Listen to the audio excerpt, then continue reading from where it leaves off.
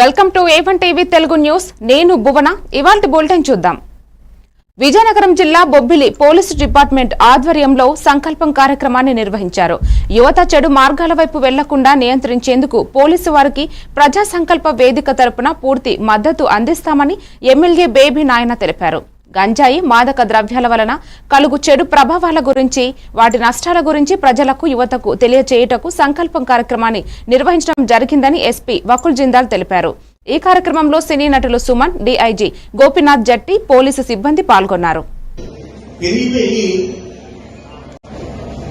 Body mind మీద control లేకుండా out of control అయ్యి ప్రవర్తించి మరి వారి కుటుంబాన్ని గమనివ్వండి, సభ్య సమాజానికి చేటొచ్చే విధంగా మన యువత ప్రవర్తిస్తున్నారు.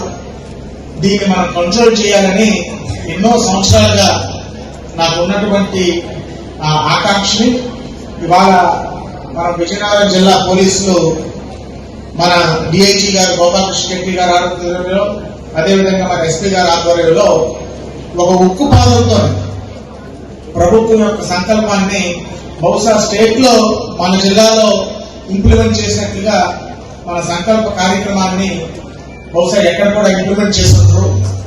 ఇవాళ ఒక మంచి పని చెప్పి, ఒక నిజం చెప్పి నమ్మి, గంజాయి సంబంధించి, డ్రగ్స్ సంబంధించి, మాదక ద్రవ్యాలకు సంబంధించి మా మనుషులైనా, మా సొంత మనుషులైనా సరే మీరు తీసుకోవాల్సిన చర్యలు తీసుకోండి.